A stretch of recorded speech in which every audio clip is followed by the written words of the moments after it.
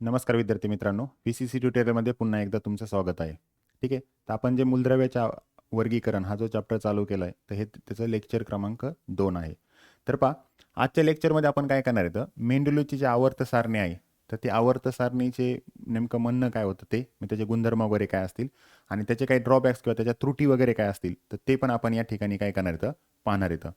तर सगळ्यात पहिले पहा, न्यूलँडनी काय केलं होतं, सॉरी हां, ठीक आहे. न्यूलँडनी तर आपल्याला माहिती आहे. याच्या अगोदर आपण डोबेनाइटचे थ्राईड पाहिले होते. तर त्याच्यामध्ये त्यांनी काय केलं होतं, 3 मूलद्रव्यांचा अणुवस्तुमानांक असलेल्यांच्या एक जोडी केली होती. त्यातल्या तिघांमध्ये दोघांच्या मूलद्रव्याचं जे अणुवस्तुमानांक आहे, ते मधल्याच्या बरोबर येत होतं. आणि न्यूलँडच्या ऑक्टेव्ह नियममध्ये काय केलं होतं, मूलद्रव्याचा अणुवस्तुमानांक ज्यावेळेस तुम्ही पाहिलं, तर पहिला मूलद्रव्य आणि 8व्या क्रमांकाचा येणारा मूलद्रव्य, तर यांचे गुणधर्म काय येत होते, सारखे येत होते. ठीक आहे. तर गुणधर्म म्हणजे काय, त्याचे वैशिष्ट्य असतात. जसे एखाद्या माणसाचे काही गुणधर्म असतील, समजा आपण असं गृहीत धरू एक व्यक्ती आहे, तर त्याचे गुणधर्म काय येतं, की ती खोटे बोलते, समजा असं गृहीत धरा. मग तसंच तिला मॅच करणाऱ्या जेवढ्या व्यक्ती असतील त्या सगळ्या एका गटामध्ये झाल्या. ठीक आहे. एखादी व्यक्ती खरं बोलत असेल तर त्याच्या रिलेटेड वेगळ्या झाल्या. समजा एखादी व्यक्ती रागीट स्वभावाची असेल तर त्याच्या मॅच करणारे वेगळे झाले. तसं मूलद्रव्याचे गुणधर्म कोणते असतात, की ते धातू आहेत की अधातू आहेत की धातू सदृश्य आहेत किंवा त्यांची संयोजा किती आहे. ठीक आहे. तर याच्यावरून आपण काय करतो किंवा त्यांचा आकार वगैरे कसा बदलतो, तर याच्यावरून आपण काय करत असतो, त्यांना वेगवेगळ्या ग्रुपमध्ये टाकत असतो. ठीक आहे. आता एक लक्षात घ्या, त्यांनी काय केलं होतं पहा, मेंड्युलनी टोटल त्या ठिकाणी 63 मूलद्रव्य जे होते ज्यांचा शोध लागला होता, तर त्याला त्यांनी काय केलं, अणुवस्तुमानांकाच्या चढत्या क्रमाने मांडणी केली. ठीक आहे. न्यूलँडनी पण तेच केलं होतं आणि यांनी पण काय केलं, तेच केलं. मग अणुवस्तुमानांकानुसार म्हणजे काय, जसं मी तुम्हाला सांगितलं होतं, ठीक आहे, गेल्या लेक्चरमध्ये. समजा तुम्ही एखाद्या जंगलात गेलात आणि तुम्हाला 4 प्राणी पाहायला मिळाले. ठीक आहे. तर त्याच्यामध्ये समजा आपण असं गृहीत धरू की एक मांजर आहे, ठीक आहे, एक कुत्रा आहे, एक वाघ आहे आणि एक हत्ती आहे. मग तुम्ही काय केलं, चौघांचे पण काय केलं, अणुवस्तुमानांकाच्या वाढत्या क्रमाने मांडणी केली. तर सगळ्यात पहिले मांजर येईल, नंतर कुत्रा येईल. त्या पद्धतीने त्यांनी काय केलं, ज्या मूलद्रव्याचा अणुवस्तुमानांक कमी त्याला पहिले, त्याच्यापेक्षा जास्त ज्याचं आहे त्याला पुढं, अशा पद्धतीने त्यांनी काय केली, मांडणी केली. या मूलद्रव्याच्या भौतिक व रासायनिक गुणधर्मानुसार मेंडेलिव्हने त्या आवर्त सारणीची रचना केली. आता भौतिक गुणधर्म म्हणजे कोणते असतात, भौतिक म्हणजे काय, ज्याच्या भौतिक अवस्था म्हणजे स्थायू आहे की द्रव आहे की वायू आहे, ह्याच्यावर आपण भौतिक गुणधर्म वगैरे हे करू शकतो. आणि रासायनिक गुणधर्म कोणते असतात, समजा आता एक असं गृहीत धरा, रासायनिक गुणधर्म कोणता, समजा हायड्रोजन आणि ऑक्सिजन एकत्र येऊन रासायनिक अभिक्रिया झाली आणि त्याच्यापासून पाणी हे तयार झालं. मग पाणी हे कोणत्या अभिक्रिया, कोणत्या ह्याच्यातून झालं, रासायनिक अभिक्रिया. रासायनिक अभिक्रियामध्ये काय असतं, समजा हा मूलद्रव्य H2 आणि हा दुसरा ऑक्सिजनचा मूलद्रव्य, हे दोघं सोबत येऊन त्यांनी काय केलं, पाण्याचा रेणू तयार केला. ठीक आहे. मग आता याचे गुणधर्म आणि याचे गुणधर्म वेगळे येतं. मग हे जे एकत्र आले ह्याच्यापासून आपल्याला पाणी जे तयार झालं, हे झालं रासायनिक बदल समजा. आणि भौतिक बदल कसं असतं, समजा तुम्ही बर्फ घेतला आईस. मग बर्फ म्हणजे पण काय असेल, H2O, आणि तो वितळल्यानंतर त्याचं काय झालं, पाणी तयार झालं म्हणजे लिक्विड. मग ह्याला आपण काय म्हणत असतो, भौतिक गुणधर्म. तर भौतिक गुणधर्मामध्ये काय होत असतं, फक्त त्याची स्थिती बदलते. रासायनिक मध्ये त्याचं पूर्ण स्ट्रक्चरच काय होईल, समजा त्याची रचनाच काय होऊन जाते, बदलून जाते.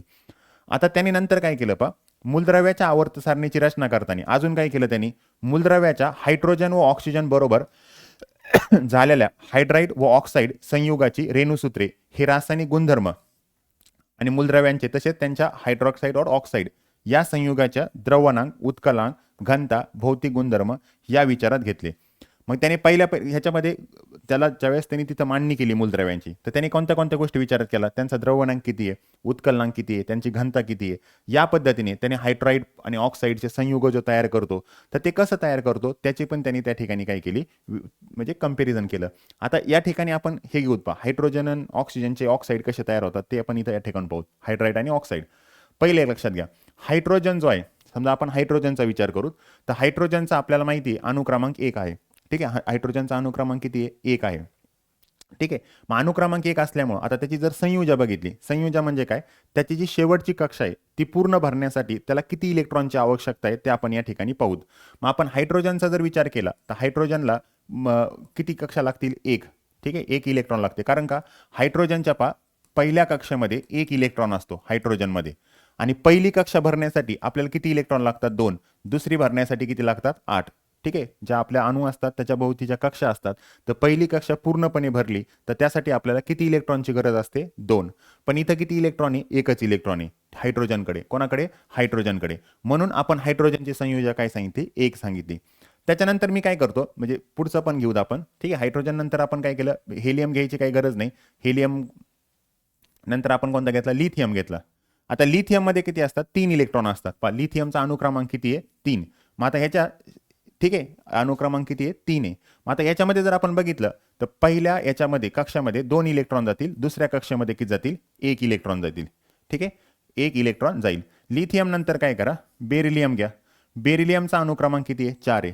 तर 4 असल्यामुळं पहिल्या कक्षेत 2 इलेक्ट्रॉन गेले, दुसऱ्या कक्षात 2. पहा कोणत्याही मूलद्रव्यामध्ये पहिली कक्षा भरून झाल्यानंतर पुढचे जे इलेक्ट्रॉन आहे ते त्याच्या पुढच्या कक्षेत जात असतात. ठीक आहे, हे केंद्र झालं समजा. ठीक आहे, तर कोणत्याही केंद्रामध्ये काय असतं? केंद्राच्या भोवती पहिली कक्षा, पहिल्या कक्षेत किती इलेक्ट्रॉन भरायचे? 2. त्याच्यानंतर मग पुढच्या कक्षेमध्ये राहिलेले इलेक्ट्रॉन भरायचे. मग पहिल्या कक्षेमध्ये 2 भरा, दुसऱ्या कक्षेमध्ये पण काय केले? 2 भरले. आता नेक्स्ट पाहता, बेरिलियम नंतर समजा तुम्ही बोरॉन घेतलं तर बोरॉनचा अणुक्रमांक 5 आहे. तर पहिल्या कक्षेत 2 भरले, दुसऱ्या कक्षेमध्ये किती भरले? 5. त्याच्यानंतर बोरॉन नंतर काय केलं? तुम्ही कार्बन घेतलं. तर कार्बनमध्ये कसं असतं? पहिल्या कक्षेमध्ये 2 गेले, दुसऱ्या कक्षेमध्ये किती गेले? 4. ठीक आहे, त्याच्यानंतर नायट्रोजन घ्या. नायट्रोजनचा अणुक्रमांक 7 आहे. तर त्याच्या पहिल्या कक्षेमध्ये 2 गेले, दुसऱ्या कक्षेमध्ये 5 गेले.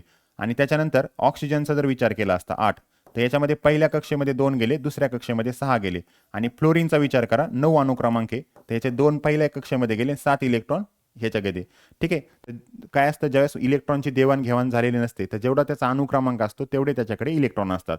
आता एक लक्षात घ्या, इथं जर तुम्ही संयुजाचा विचार केला, ठीक आहे, संयुजा, ठीक आहे, हे आता इथं संयुजा इलेक्ट्रॉनिक असतं. पहा संयुजा इलेक्ट्रॉन म्हणजे काय असतं? त्याच्या शेवटच्या कक्षेमध्ये असलेले इलेक्ट्रॉन. मग याच्या शेवटच्या कक्षेत 1 इलेक्ट्रॉन आहे, याच्या कक्षेत 1 आहे, याच्या कक्षेत 2 आहे, याच्या कक्षेत समजा किती आहे? सॉरी, इथं तुम्हाला हे झालंय का? लिथियम 2. त्याच्यानंतर इथं तर आपल्याकडे हे झालेलं मिस्टेक. ठीक आहे, तर या ठिकाणी काय इथे किती येतं? 3 इलेक्ट्रॉन येतं. ठीक आहे, इथे 4 आहेत, इथे 5 आहेत, इथे 6 येतं. तर हे काय झाले? संयुजा इलेक्ट्रॉन.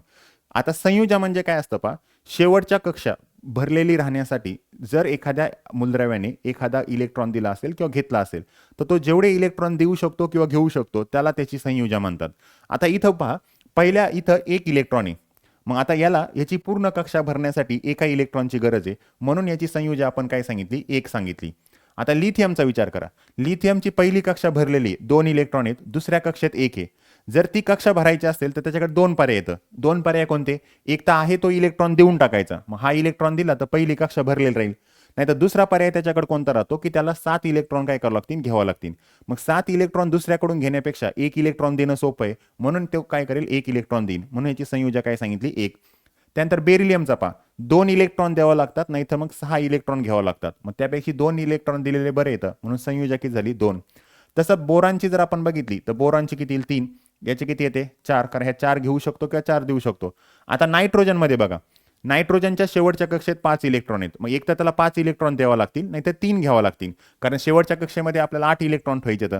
ठीक आहे, म्हणजे दुसऱ्या क्रमांकाच्या. म्हणून आता पहा, 5 देण्यापेक्षा 3 घेणं सोपं आहे, म्हणून 3 संयुजा झाली.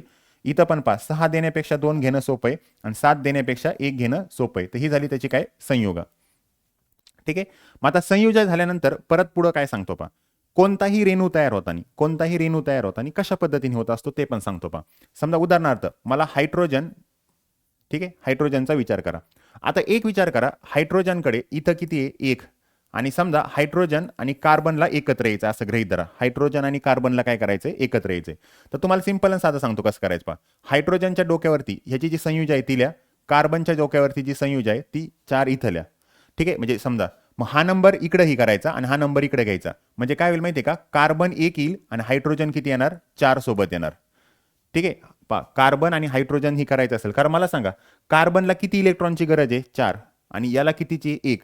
मग हे ज्यावेळेस 4 हायड्रोजन सोबत येतील त्यावेळेस ते कार्बन सोबत काय करतील? बंध, रासायनिक बंध वगैरे तयार करतील. मग अशा पद्धतीने तुम्ही इथं सांगू शकतात. समजा हायड्रोजन आणि नायट्रोजनचा विचार करा. मग हायड्रोजन आणि नायट्रोजनचा जर विचार केला तर हायड्रोजन 1 नंबर आहे संयुजा आणि ह्याचा नंबर किती आहे? 3. मग याने इथं मल्टिप्लाय करा, याने इथं मल्टिप्लाय करा, म्हणजे तुम्हाला नायट्रोजन किती येणार? 1 आणि हायड्रोजन किती येणार? 3. तर NH3 असं या ठिकाणी काय होईल? रेणू तयार होईल. ठीक आहे, त्याच्यानंतर पहा ऑक्सिजन सोबत जर विचार केला तर हायड्रोजन आणि ऑक्सिजन. मग आता हायड्रोजनचा जर विचार केला तर हायड्रोजन किती आहे? समजा इथं 1 नंबर, ऑक्सिजनचा किती आहे? 2. 2 ने इथं मल्टिप्लाय करा, म्हणजे तुम्हाला H2O असा रेणू तयार होईल. ठीक आहे, मग आता त्याच्यानंतर पहा फ्लोरीन सोबत जर बघितलं तर इथं नंबर 1च आहे, इथं पण नंबर 1च आहे. मग इथं पण नंबर 1च आहे, इथं पण नंबर 1च आहे, त्यामुळे इथं किती राहणार? HF, म्हणजे रेणू तयार कसा होईल? HF. तर अशा पद्धतीने हायड्रोजन सोबत हे जे काही एलिमेंट तयार झाले त्याला आपण हायड्राईड असं म्हटलंय. मग तुम्हाला इथं पुस्तकात त्यांनी हेच उल्लेख केला होता पहा, काय त्यांच्या हायड्राईड आणि दुसरं ऑक्साईड सांगितलं होतं. ऑक्साईड पण आपण पाहूत काय काय नाही ते. तर हायड्राईड म्हणजे काय, हायड्रोजन सोबत ते कसा रिॲक्ट होईल. तर पहा तुम्हाला हा जो चार्ट दाखवलाय पहा इथं, काय की इथं RH4 लिहिलंय पहा. RH4 म्हणजे काय, इथं आरच्या जागी इथलचा एलिमेंट असेल. म्हणजे उदाहरणार्थ पहा, ज्यावेळेस तुम्ही कार्बनचा विचार केला तर हायड्रोजन किती लागतील 4, म्हणजे इथं तुम्हाला काय तयार झालं असतं, CH4 तयार झालं असतं. ज्यावेळेस तुम्ही इथं RH3 दिले पहा, म्हणजे नायट्रोजन ज्यावेळेस हायड्रोजन सोबत बंध तयार करेल तर त्यावेळेस तुम्हाला इथं तयार काय होणार आहे, NH3 तयार होणार आहे. तसं इथं ऑक्सिजन दिलंय पहा, ऑक्सिजन इथं काय दिलंय RH2, म्हणजे हायड्रोजन किती लागतात 2, म्हणजे इथं काय झालं असतं H2O झालं असतं. तसंच इथं RH दिलेलं आहे, तर RH म्हणजे इथं काय झालं असतं H, आणि आरच्या जागी तुम्ही याच्यातला कोणताही पण घ्या, मग F घ्या, नाही तर मग तुम्ही Cl घ्या, म्हणजे तुम्ही HCl घेऊ शकतात अशा पद्धतीने, किंवा HBr घेऊ शकतात. तसं इथं पण तुम्हाला ह्याच ग्रुपमध्ये ज्यावेळेस हायड्रोजनचं सल्फरचं जर ही झालं तर तुम्ही इथं काय करू शकतात पहा, हायड्रोजन 2 घ्यायचेत ना आणि ऑक्सिजन 1, म्हणजे इथं हायड्रोजन 2 म्हणजे H2S असं तुम्ही इथं घेऊ शकतात. तर अशा पद्धतीने कशा पद्धतीने इथं हायड्राईड्स तयार होतील ते तुम्हाला या ठिकाणी इथं त्यांनी सांगितलं होतं. आता त्यानंतर नेक्स्ट पाहता, ठीक आहे आपल्याला. हां, आता पुढचा भाग पहा. आता पुढं काय दिलं होतं त्यांनी, ऑक्साईड एक सांगितलं होतं. तर ऑक्साईड सांगण्यासाठी, ऑक्साईड म्हणजे काय, तो दिलेला एलिमेंट जो आहे तो ऑक्सिजन सोबत कसे बंध तयार करेल, तर त्याला आपण काय म्हणत असतो, ऑक्साईड म्हणत असतो. मग आता एक उदाहरणार्थ पहा, समजा आपण असं गृहीत धरू की मला कार्बन आणि ऑक्सिजनचं बघायचंय, कार्बन आणि ऑक्सिजन आहे, ठीक आहे. मग आता कार्बन आणि ऑक्सिजन मध्ये जर बघायचं असेल तर मग मी तुम्हाला काय सांगितलं होतं, कार्बनचं जर बघितलं तर कार्बनची संयुजा किती आहे 4, ऑक्सिजनची जी संयुजा आहे ती किती आहे 2 आहे. समजा ह्या दोन्हीला 2 भाग देऊ शकतात, म्हणजे इथं मी काय करेल, हे हा याच्या दुप्पट आहे ना, मग हा 2 असेल तर ऑक्सिजन किती असेल 1, मग याने इथं मल्टिप्लाय करा, याने इथं मल्टिप्लाय करा, म्हणजे इथं तुम्हाला काय व्हायला पाहिजे, CO2 तयार व्हायला पाहिजे. मग कार्बनच्या ग्रुपमध्ये तुम्हाला काय होईल, CO2 तयार होईल. तसंच जर तुम्ही हायड्रोजन सोबत जर बघितलं असतं तर पहा, हायड्रोजनची 1 आहे, ऑक्सिजनचं 2 आहे संयोजन, त्याने इथं गुणा, याने इथं गुणा, म्हणजे तुम्हाला इथं किती येईल H2O. म्हणजे हायड्रोजन हा, म्हणजे ऑक्साईड जर बघितला तर हायड्रोजनची संख्या किती पाहिजे, 2 पाहिजे. तुम्ही तसं कोणाचंही घेऊ शकतात पहा.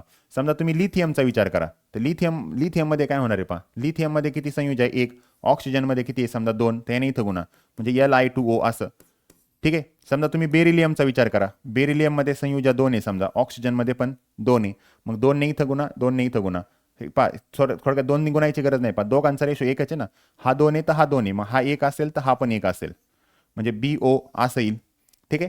तसंच तुम्हाला या ठिकाणी जर तुम्ही ॲल्युमिनियमचा वगैरे विचार घेतला किंवा बेरिलियम नंतर बोरॉनचा विचार करा, बोरॉनमध्ये 3 आहेत, ऑक्सिजनची इथं 2 आहे, याने इथं गुणा, याने इथं गुणा, म्हणजे तुम्हाला हे 2 आणि ऑक्सिजन किती लागतील 3. तर अशा पद्धतीने तुम्हाला तिथं सांगता येईल. तर याच पद्धतीने तुम्हाला पहा ही जी संरचना केली होती, तर आता इथं पहा R2O दिले पहा. R2O म्हणजे काय माहिती आहे का, आरच्या जागी यातला हा एलिमेंट घ्यायचा. आता मी आता जे पाहिलं ना आपण, आरच्या जागी काय केलं, हायड्रोजन घेतले, किती 2, म्हणजे इथं काय तयार झालं असतं माहिती आहे का, H2O तयार झालं असतं, ठीक आहे. तसं इथं काय RO आहे पहा, मग आता बेरिलियम आहे, तर बेरिलियम आणि ऑक्सिजनमध्ये कसं होईल, BO तयार होईल. तर इथं काय R2O3 आहे पहा, बोरॉनचं आपण बघितलं होतं, तर बोरॉनमध्ये काय असेल, आरच्या जागी काय करायचं, B घ्यायचा, म्हणजे B2O3. तर अशा पद्धतीने ऑक्साईड तयार होतील. कार्बन आणि ऑक्सिजनमध्ये पण तुम्हाला बघितलं होतं, तर इथं R1 घ्यायचा, म्हणजे कार्बन 1 घ्यायचा, तर ऑक्सिजन किती घ्यायचे तर 2. आता इथं काय R2O5 आहे पहा. आता नायट्रोजनचं जर तुम्ही बघितलं असतं, मग आता जसं मी तुम्हाला इथं दाखवलं होतं ना, तर नायट्रोजन आणि ऑक्सिजनमध्ये पण काढू शकतात. पहा नायट्रोजन आहे आणि ऑक्सिजन आहे, ठीक आहे. मग आता इथं किती आहे समजा तुम्हाला 2, ह्याची व्हॅलन्सी किती असते 3, मग तुम्ही ह्याला अशा पद्धतीने पण दाखवू शकतात. किंवा तुम्हाला त्यांनी काय केलेलं माहिती आहे का, R2O5 या प्रोपोर्शनमध्ये पण घेऊ शकतात. म्हणजे पहा यांची संख्या तुम्हाला किती घ्यायची आहे, समजा R2 2 घ्यायचे ना, म्हणजे हे 2 घ्या आणि ऑक्सिजन किती घ्या 5, सो N2O5 या पद्धतीने पण तुम्ही इथं काय करू शकतात हे सांगू शकतात, ठीक आहे. RO3, मग इथं पण तुम्हाला काय करायचं आहे, समजा सल्फर घ्या किंवा ओझोनचं जरी तुम्ही उदाहरण घेतलं तरी चालेल, हे S घ्या, इथं O3 घ्या, अशा पद्धतीने तुम्हाला इथं सगळ्या गोष्टी त्या ठिकाणी त्यांनी दिलेल्या आहेत. तर तुम्ही संयुजा इलेक्ट्रॉन वगैरे त्याच्यावरून पण त्याला थोडक्यात मध्ये काय करू शकता, समजून घेऊ शकतात. आता नेक्स्ट पहा, ठीक आहे. हां, इथे हे झालं. त्याच्यानंतर त्याने पुढं काय सांगितलं होतं पहा.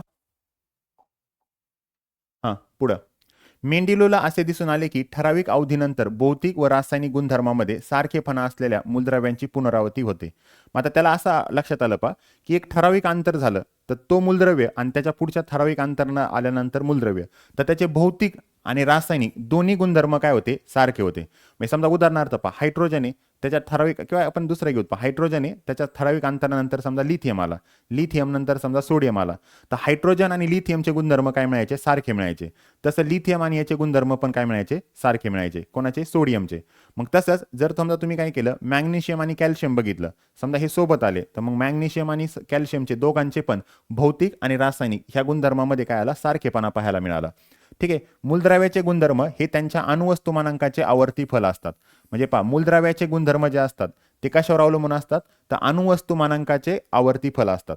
म्हणजे एका विशिष्ट अणुवस्तुमानांक नंतर किंवा एका विशिष्ट, समजा आपण असं गृहीत धरू, क्रमानंतर पहिला मूलद्रव्य आणि दुसरा मूलद्रव्य यांचे जर गुणधर्म सारखे येत असतील तर त्याला आपण काय म्हणत असतो, आवर्ती फल. आता आवर्ती फल म्हणजे काय, एका आवर्तनानंतर ती गोष्ट जर परत पहिल्यासारखी कुठेतरी मॅच होत असेल तर त्याला आपण काय म्हणू, आवर्ती फल. समजा उदाहरणार्थ पहा, तुम्ही एखाद्या ठिकाणी फिरायला गेलात आणि तुम्हाला असं लक्षात आलं बा की पहिल्या 50 किलोमीटर नंतर एक तुम्हाला पेट्रोलचा पंप पाहायला मिळतोय, पुढच्या अजून बरोबर 50 किलोमीटर नंतर एक पेट्रोलचा पंप पाहायला मिळाला, पुढच्या 50 किलोमीटर नंतर पेट्रोल पंप पाहायला मिळाला. मग तुम्ही काय सांगता, पेट्रोल पंप जो आहे तर त्यांचे जे गुणधर्म आहेत हे अंतराशी कसे येतं, आवर्ती फल येतं. कारण एका विशिष्ट अंतरानंतर तुम्हाला पेट्रोल पंप पाहायला मिळतोय. मग समजा मध्ये एखादं हॉटेल पाहायला मिळत असेल तर तुम्ही हे पण सांगू शकतात की विशिष्ट आवर्तनानंतर काय होतंय, तुम्हाला हॉटेल्स पाहायला मिळतात. ठीक आहे. मग इथं मेंडुलीच्या आवर्त सारणीमध्ये जे उभे स्तंभ येतं त्यांना गण म्हटलं होतं, तर आडवे ओळी ज्या असतात त्यांना काय म्हटलं होतं, आवर्तने असं म्हटलं होतं. मग या ठिकाणी तुम्हाला मूलद्रव्याचे जे गुणधर्म वगैरे आहेत पहा, तर इथं तुम्हाला काय करायचंय पहा, आपण याला थोडं ही करूत.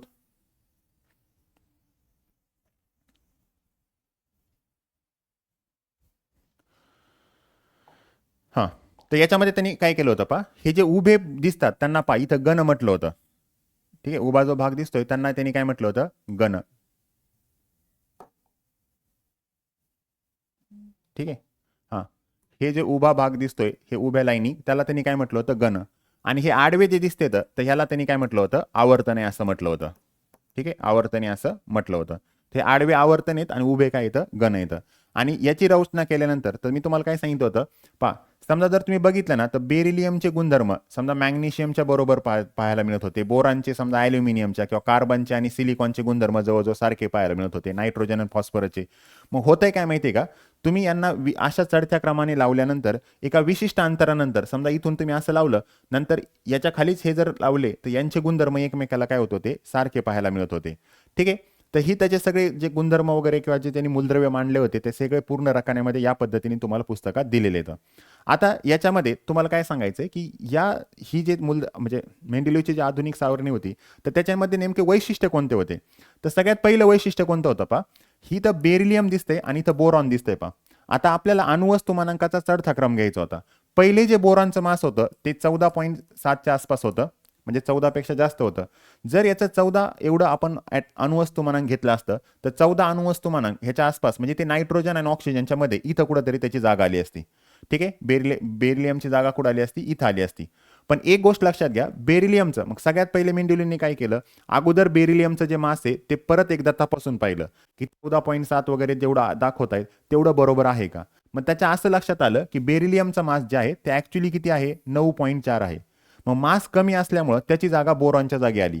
नाहीतर जर समजा त्याने सगळ्या मूलद्रव्यांच्या अणुवस्तुमानांक जर तपासून नसते बघितले तर मग पहिले जे समजा बेरिलियमचा अणुवस्तुमानांक पहिले 14 किंवा त्यापेक्षा जास्त सांगितलं होतं, मग त्याच्यानुसार त्याची जागा काय झाली असती, बदलली असती. मग सगळ्यात पहिलं त्यांनी काय केलं की सगळे जे मूलद्रव्य आहेत त्यांचे परत अणुवस्तुमानांक तपासून बघितले. मग त्याच्यामुळे एक चूक त्याच्या काय लक्षात आली की बेरिलियमचा अणुवस्तुमानांक 14.7 नसून ते किती आहे, 9.4 आहे.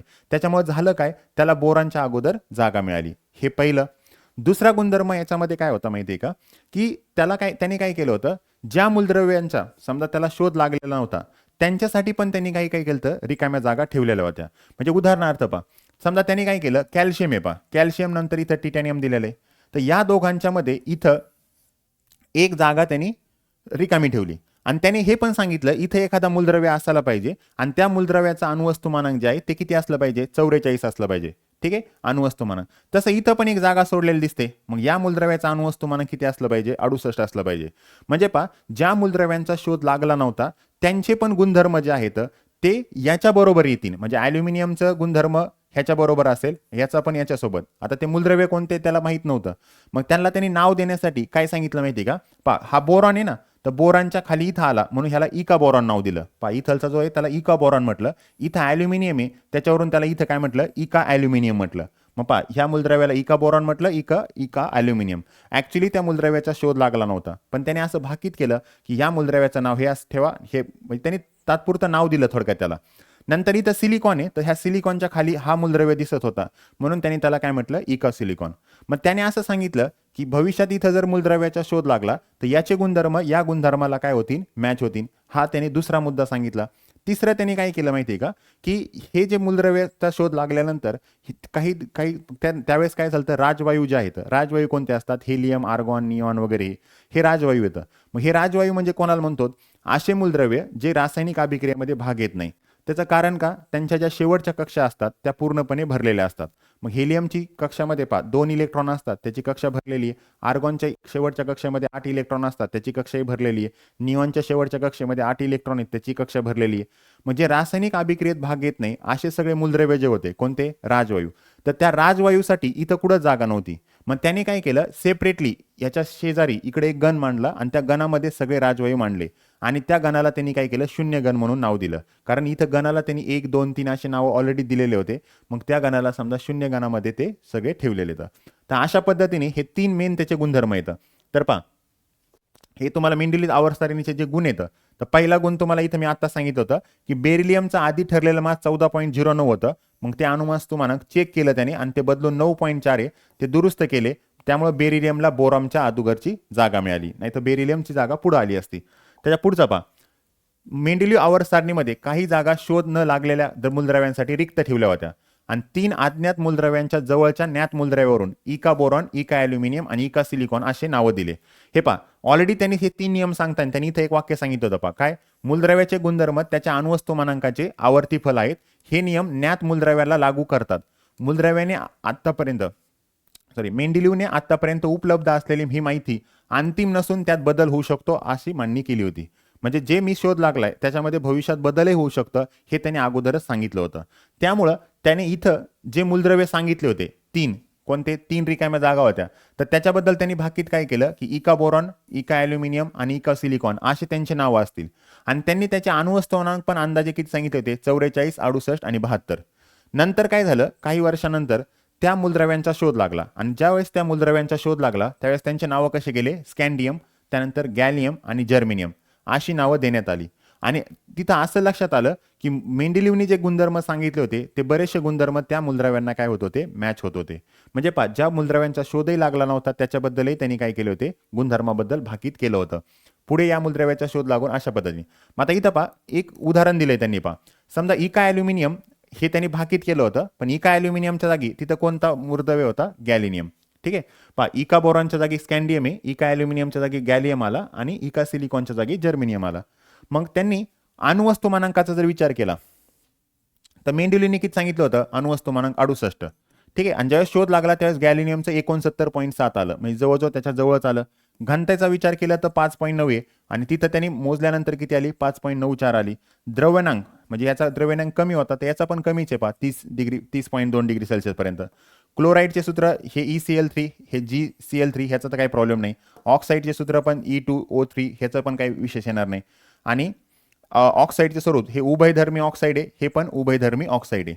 ठीक आहे. उभयधर्मी आणि म्हणजे जे समजा रासायनिक अभिक्रिया करताना आम्ल आणि आम्लारिक म्हणजे तुम्हाला ऍसिड आणि बेस दोघांसोबतही समजा जर रिॲक्ट करत असतील किंवा रासायनिक अभिक्रिया दाखवत असतील तर त्याला आपण उभयधर्मी असे ऑक्साईड असं म्हणतो. ठीक आहे. सो अशा पद्धतीने त्यांनी हे 3 काय केले होते? 3 म्हणजे तिसरा इकडे दिलेला आहे. तिसरा कोणता? राजवायू. तर मेंडेलियनने मूळ आवर्त सारणीत राजवायूसाठी जागा राखून ठेवली नव्हती, पण 19व्या शतकात हेलियम, निऑन, आर्गॉन इत्यादी राजवायूचा शोध लागला आणि त्यानंतर मग त्यांनी त्याला धक्का न लावता त्यांनी काय केलं? एक शून्य गणाची निर्मिती केली. आता हे झाले त्याचे काय झाले? म्हणजे त्याचे गुण. आता याचे त्रुटी त्रुटीमध्ये सगळ्यात पहिली त्रुटी आता इथं जर तुम्ही बघितलं तर आयर्न आयर्न इथं कोबाल्टचं अणुवस्तुमानांक 59 आहे आणि निकेलचं पण अणुवस्तुमानांक 59 आहे. तरी त्यांनी त्याला दोघांना पण काय केली? एकाच ठिकाणी जागा दिली. मग जर दोघांना एका ठिकाणी जागा दिली तर मग नेमकं गुणधर्म म्हणजे पहिले कोबाल्ट घ्यायला पाहिजे की निकेल घ्यायला पाहिजे हे त्याला वेगळं करता आलं नाही. मग त्यांनी पहिला जो इथं त्रुटी आलेली ठीक आहे. तर पहिली त्रुटी काय, कोबाल्ट आणि निकेल या मूलद्रव्यांचे अणुवस्तुमानांक समानता आहे. मग त्यांच्या क्रमाबद्दल मेंडुलीच्या आवर्त सारणीत संदिग्धता होती. मग नेमका कोबाल्ट पहिले आला असेल की निकेल पहिला घ्यायचा, मग हे त्याला आलं नाही. त्याच्यानंतर पहा, ज्यावेळेस समस्थानिकांचा शोध लागला. समस्थानिक म्हणजे काय, मूलद्रव्य एकच असतात, फक्त त्यांच्यामध्ये असलेल्या अणुवस्तुमानांक काय असतात, वेगळे असतात. म्हणजे पहा, हायड्रोजनचे समस्थानिके 3 असतात. पहा समजा हायड्रोजन आहे, ड्यूटेरियन आहे, पहा 1s2 आणि 1s3. मग समजा याचा अणुवस्तुमानांक 1 आहे, याचा अणुवस्तुमानांक 2 आहे, याचा अणुवस्तुमानांक 3 आहे. आता पाहायला जर गेलं तर हे तिघं पण हायड्रोजनच येतं, पण तिघांच्या अणुवस्तुमानांक वेगवेगळे येतं. मग चढत्या क्रमाने जर ह्यांना लावलं तर याची जागा वेगळ्या ठिकाणी, याची जागा वेगळ्या ठिकाणी, याची जागा वेगळ्या ठिकाणी येईल. पण तिघं पण शेवटी हायड्रोजनचेच येतं. म्हणजे थोडक्यात त्याचे गुणधर्म जवळजवळ काय येतं, सारखे येतं. मग समस्थानिकाला नेमकी जागा कुठं द्यायची, आहे ते एका गटात द्यायची की पुढं द्यायची, याबद्दलही त्याच्यामध्ये काही सांगितलं नव्हतं. मग पहा, मेंडेलिव्हने आवर्त सारणी मांडल्यानंतर खूप काळाने कोणाचा शोध लागला, समस्थानिकांचा.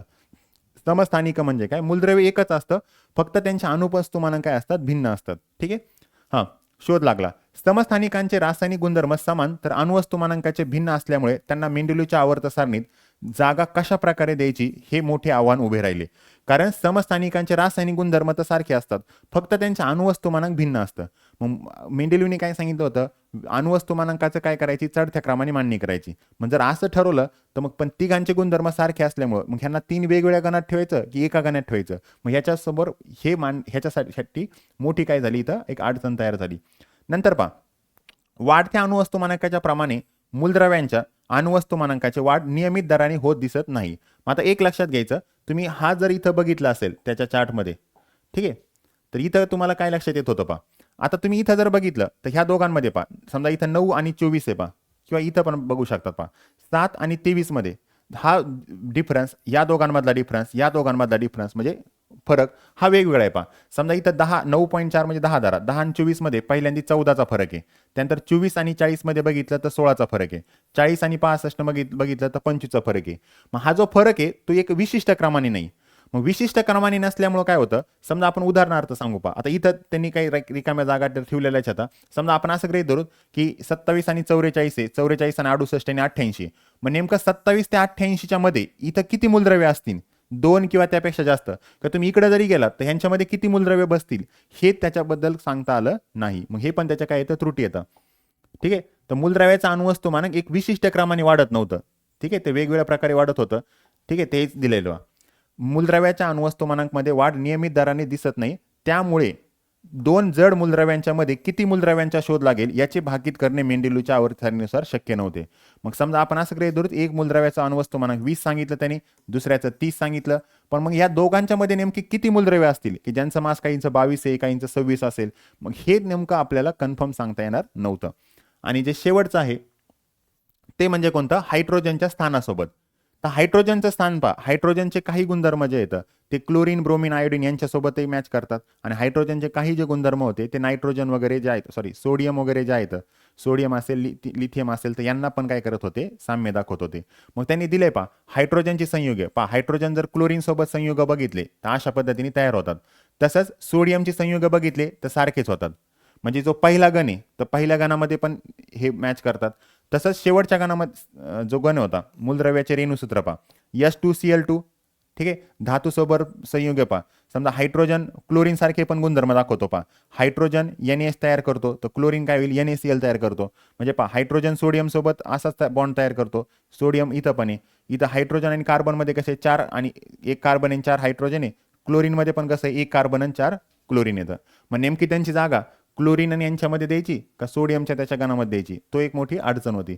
मग तेच दिले पहा, हायड्रोजन हा हॅलोजनशी साम्य दर्शवतो आणि हायड्रोजनचे रेणुसूत्र H2, तर फ्लोरीन आणि क्लोरीन यांचे रेणुसूत्र पण हेच असतात. म्हणजे हायड्रोजन जो आहे H2 जसं ह्याच्यामध्ये असतो तसं क्लोरीन पण Cl2 किंवा फ्लोरीन पण काय असतो, F2च्या ह्याच्यामध्ये असतो. अल्क धातुगण यांच्या रासायनिक गुणधर्मामध्येही सामर्थ्य आहे. मग तसंच जर तुम्ही सोडियम, पोटॅशियम वगैरे इत्यादी जर बघितलं तर यांचे रासायनिक गुणधर्म आणि हायड्रोजनचे रासायनिक गुणधर्म ते पण सारखेच येतं. म्हणजे पहा हायड्रोजन जर क्लोरीन सोबत रिॲक्ट झाला तर HCl म्हणजे हायड्रोजन आणि क्लोरीन मध्ये एक बंध तयार होतोय. इथं पण सोडियम आणि ह्याच्यामध्ये पण काय होतं, NaCl. म्हणजे तो काय जो आहे अल्क धातू जे आहेत त्यांच्यासारखे पण तो गुणधर्म दाखवतो. आणि जे हॅलोजन येतं इथं दिलेले पहा, हॅलोजन आहेत ते त्यांचे पण गुणधर्म काय करतो, हायड्रोजन दाखवतो. यांनी क्लोरीन आणि ऑक्सिजन सोबत तयार केलेल्या संयुगाच्या रेणूसूत्रामध्ये सामर्थ्य आहे. हे इथं क्लोरीन आणि ऑक्सिजन सोबत जर तुम्ही रेणूसूत्र पाहिलं तर त्यांचं काय येतं, एकसारखं सामंत्र्य आहे. वरील गुणधर्माचा विचार केल्यावर हायड्रोजन जागा अल्कधातूच्या गणात की हॅलोजनच्या गणात हे ठरवता येत नाही. त्यामुळे नेमकं हायड्रोजनला जो आहे तो तुम्हाला सोडियम वगैरे पोटॅशियम वगैरे जे आहेत यांच्या गणात ठेवायचं, म्हणजे कोणत्या अल्कधातूच्या की हायलोजनच्या गणात ठेवायचं, हा मोठा इथं प्रश्न आहे. तर ठीक आहे, तर इथं तुम्हाला आता आपण जे दाखवलं होतं, ठीक आहे, हे इथं दिलंय पहा. आता हायड्रोजन जो आहे तो लिथियम सोडियम पोटॅशियम यांच्यासारखे पण गुणधर्म दाखवतो, म्हणून ह्याला गण पाहिला म्हणतो, ह्याला आपण अल्कधातू म्हटलेलं आहे. आणि हे जे हॅलोजनचा ग्रुप दिसतोय तो हा, हे ब्रोमीन क्लोरीन फ्लोरीन वगैरे जे आहे, तर हा हॅलोजनचा ग्रुप आहे. म्हणजे हायड्रोजन यांच्यासारखे पण गुणधर्म दाखवतोय आणि यांच्यासारखे पण गुणधर्म दाखवतोय. मग नेमकं हायड्रोजनला पहिल्या गणामध्ये ठेवायचं का, म्हणजे हलक धातूच्या गणामध्ये ठेवायचं की हॅलोजनच्या गणामध्ये ठेवायचं, तर ही पण मोठी काय होती, एक अडचण होती. तर ह्या मेंडुले आवर्त सारणीच्या काय येतात, त्रुटी येतात. ठीक आहे, तर अशा पद्धतीने आपण मेंडुलीची जी आधुनिक आवर्त सारणी याच्याबद्दल आपण या ठिकाणी अभ्यास केलेला आहे. याचा बाकीचा जो पार्ट आहे तो आपण काय करूया, पुढील लेक्चरमध्ये घेऊया. Okay, thank you.